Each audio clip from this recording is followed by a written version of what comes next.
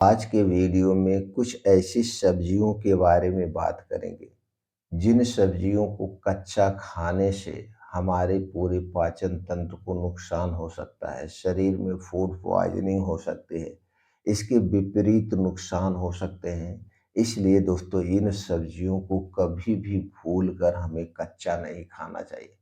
तो चलिए आज के वीडियो में हम जानते हैं कौन सी वो सब्जियां हैं जिन्हें हमें कच्चा नहीं खाना चाहिए और क्यों नहीं खाना चाहिए। उसके बाद दोस्तों सब्जी खाने का सही तरीका आज के वीडियो में हम जानेंगे। सब्जी का सेवन सही रूप से, प्राकृतिक रूप से कब करना चाहिए, किस मौसम में कौन सी सब्जी खाना चाहिए, इससे संबंधित जानकारी शेयर करेंगे। तो चलिए सबसे पहले हम जान लेते हैं कौन सी सब्जियां हैं जो हमें कच्ची कभी नहीं खानी चाहिए। पहला है दोस्तों अरवी के पत्ते।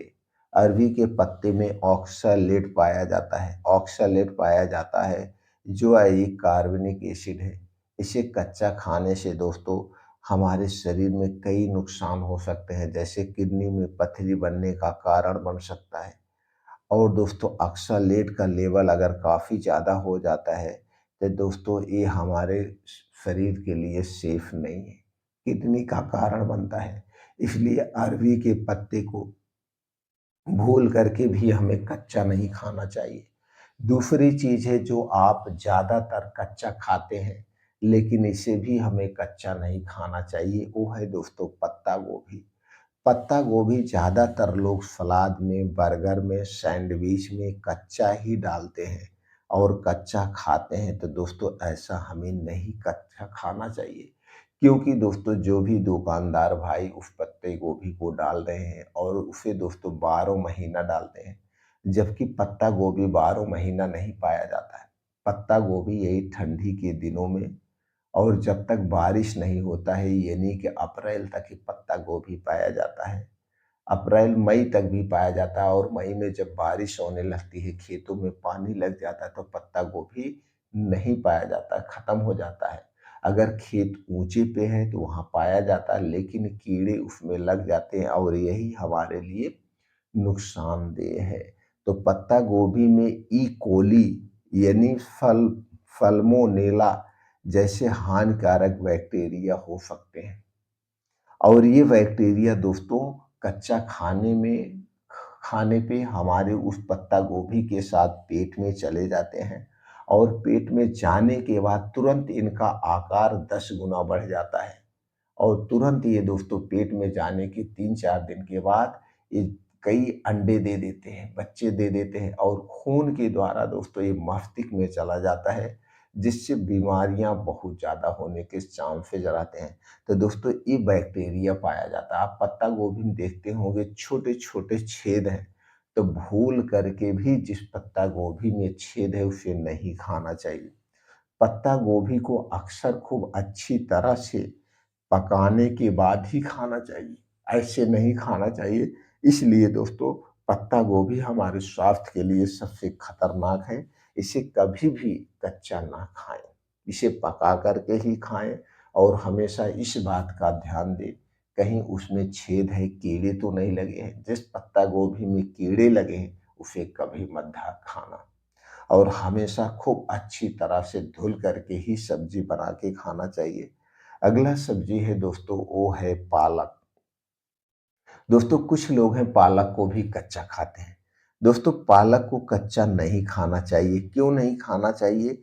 क्योंकि दोस्तों इसमें भी आप देखते हैं बारिश के दिनों में अगर आप कच्चा पालक खा रहे हैं तो खेत में पानी लग जाता है। आप जब पालक खरीदने जाते हैं आप देखते हैं साइड साइड में पत्ते कटे होते हैं, तो इसमें कीड़े लग जाते हैं। तो पहली बात ई कोलाई नाम का एक बैक्टीरिया होता है जो पालक में पाया जाता है। इसके अलावा दोस्तों उस पे दवाएं छिड़की जाती हैं, दवाओं का छिड़काव होता है, इसलिए पालक को कभी भी कच्चा नहीं खाना चाहिए।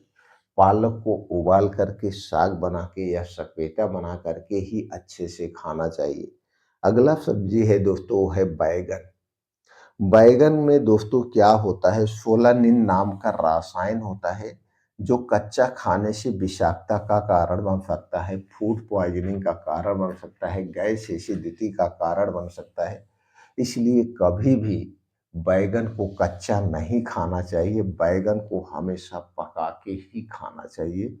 कच्चा खाने से इसके कई सारे और नुकसान हो सकते हैं। अगला है दोस्तों आलू। आलू में सोलानिन नाम का एक रसायन होता है, जो कच्चा खाने से विषाक्तता का कारण बन सकता है। और कच्चे आलू में दोस्तों फाइबर की मात्रा अधिक होती है, और जो पाचन संबंधी समस्याओं को जन्म दे सकती है। इसलिए आलू को भी कभी कच्चा नहीं खाना चाहिए, आलू को हमेशा पका के खाना चाहिए। तो दोस्तों ये सब्जियां थी, इन्हें कभी भी कच्चा नहीं खाना चाहिए, हमेशा पका के खाना चाहिए। अब चलिए दोस्तों हम जानते हैं सब्जी का सेवन या फलों का सेवन हमें किस महीने में करना चाहिए। दोस्तों जो भी सब्जियां जिस महीने में पाई जाती हैं, उन्हीं महीने में उन्हीं सब्जियों को खाना चाहिए।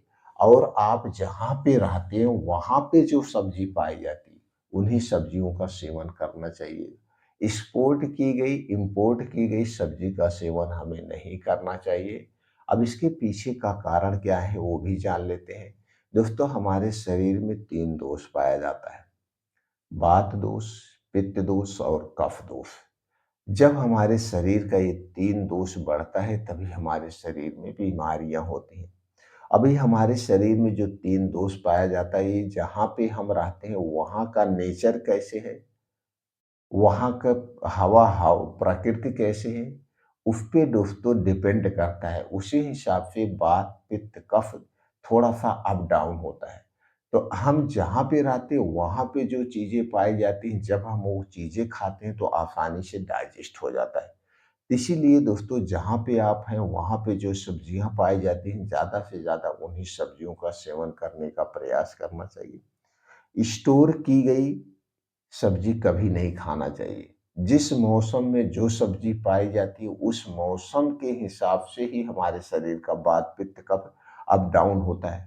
तो जिस मौसम में जो सब्जियां पाई जाती हैं उन्हीं सब्जियों का हमें सेवन करना चाहिए, पहली बात। दूसरी बात दोस्तों, जो ये हम साग खाते हैं, साग को अक्सर हम शाम को खाते हैं, जबकि आयुर्वेद के अनुसार साग का सेवन हमें दिन में करना चाहिए, सुबह समय या दोपहर के समय में। क्योंकि साग एक सुपर फूड है, साग में प्रचुर मात्रा में फाइबर पाया जाता है। और अगर हम इसे देर रात खाएंगे तो दोस्तों सूर्य डूबने के बाद हमारा पाचन तंत्र स्लो हो जाता है।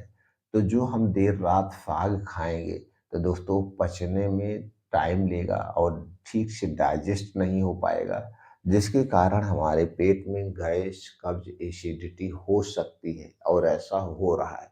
इसलिए हमें सूर्य डूबने के बाद साग का सेवन नहीं करना चाहिए, किसी सुपर फूड का सेवन नहीं करना चाहिए।